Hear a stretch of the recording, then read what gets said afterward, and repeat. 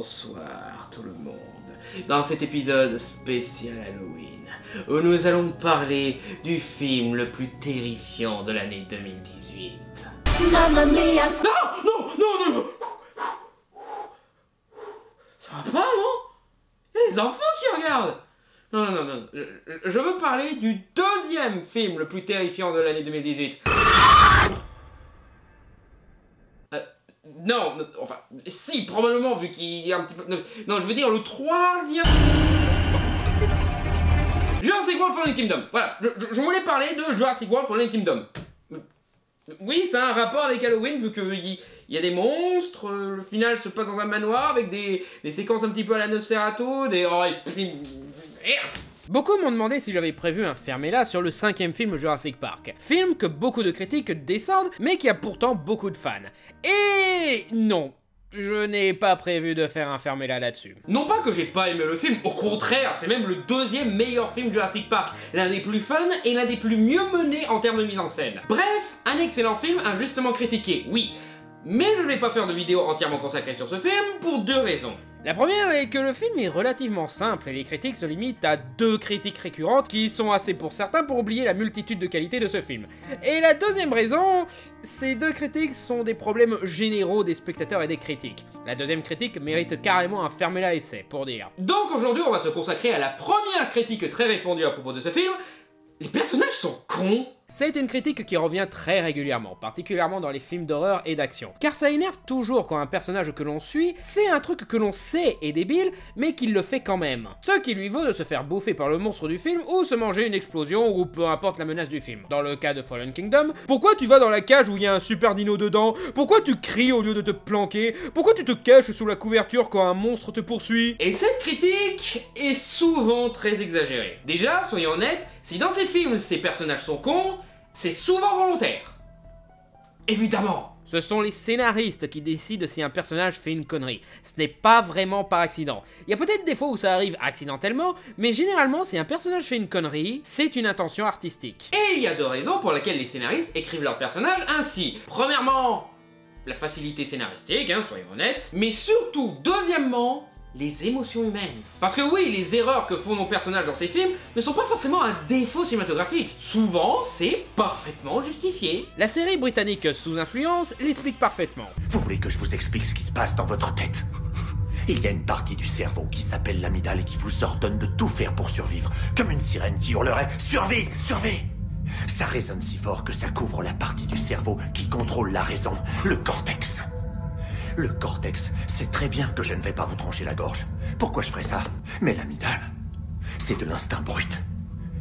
Elle sent les dégâts que pourrait causer cette lame. Les films mettent nos héros dans des situations de stress, surtout dans les films d'action et les films d'horreur où ils risquent de crever. Donc un être humain normal, avec ses émotions chamboulées dans tous les sens, il fait forcément des conneries. Par exemple, dans Avengers Infinity War... Ah bah tiens, un autre film avec Chris Pratt. Bon, je vais quand même indiquer au cas où spoiler, même si tout Facebook a déjà spoilé ce passage. Il y a la fameuse scène où Star-Lord pète un câble et défonce la gueule de Thanos, foutant en l'air le plan de son équipe et condamnant la galaxie. Ouais, il a fait une connerie, mais non seulement il a appris que la femme qu'il aimait est morte, non seulement Star-Lord a toujours été un personnage très impulsif, mais en plus, la dernière fois qu'il a mis ses émotions de côté pour le bien de tous, ça a apporté un moment traumatisant où Star-Lord a dû accepter de tuer lui-même la femme qu'il aimait pour empêcher Thanos de gagner. Donc c'est compréhensible qu'après avoir appris que son sacrifice n'ait servi à rien, il a encore plus envie de laisser ses émotions exploser en défonçant la gueule de Thanos. Il ne pense plus au bien de tous et il n'a plus envie de penser au bien de tous. C'est parfaitement humain, donc ce n'est pas une erreur scénaristique. Je vais même dire, déjà, c'est une thématique principale dans Infinity War, le fait qu'on n'arrive pas à s'accorder pour le bien de tous, et même, c'est ce qui est intéressant à voir dans ces personnages, surtout dans les films Marvel. Tony Stark aussi est un personnage très imparfait qui fait énormément de conneries impulsives, justifiées émotionnellement,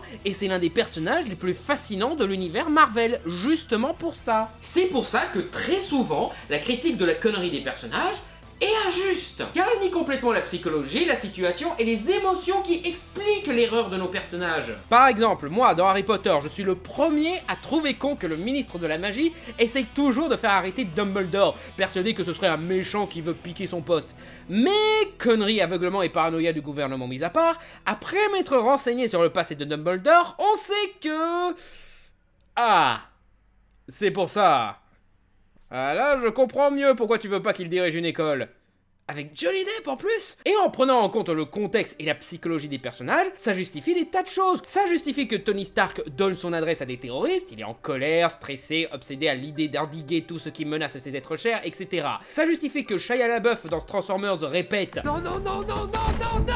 parce que tout part en vrille autour de lui, ce qui le fait paniquer. C'est pour ça que les mecs font tomber leurs clés quand ils essayent de les utiliser, ils sont tellement stressés qu'ils n'arrivent pas à contrôler leurs mouvements pour utiliser comme il faut leurs clés. C'est pour ça que les méchants style James Bond font des monologues, ce sont des égomaniaques qui veulent absolument prouver leur supériorité en expliquant à quel point ils sont supérieurs à leur adversaire. Et c'est aussi pour ça qu'ils mettent en place des pièges compliqués pour éliminer leur adversaire. Ce sont des sadiques qui aiment voir leur adversaire souffrir, mourir à petit feu, et surtout, après avoir mis tout un film à essayer de le tuer, t'as envie que sa mort soit plus justifiée que ça, quoi. Et si on lui tirait une balle dans la tête?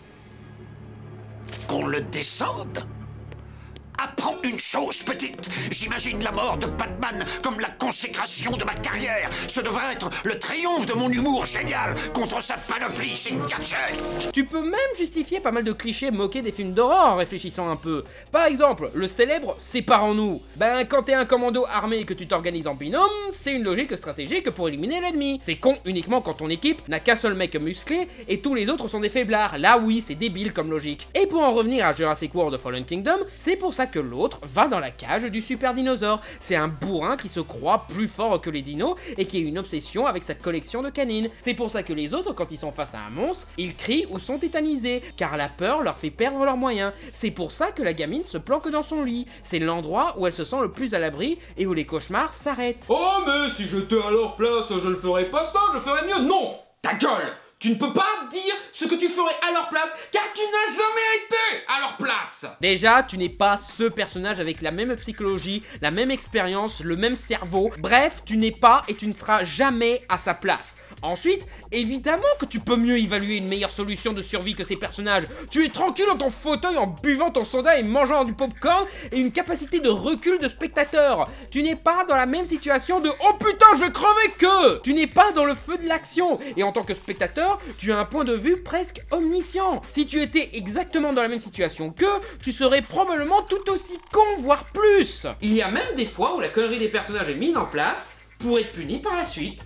Les films d'horreur ont souvent été comparés à de la politique réactionnaire, car les monstres de films d'horreur s'en prennent très souvent à des personnes qui commettent un péché, des jeunes qui consomment de la drogue, qui baisent avant le mariage, etc.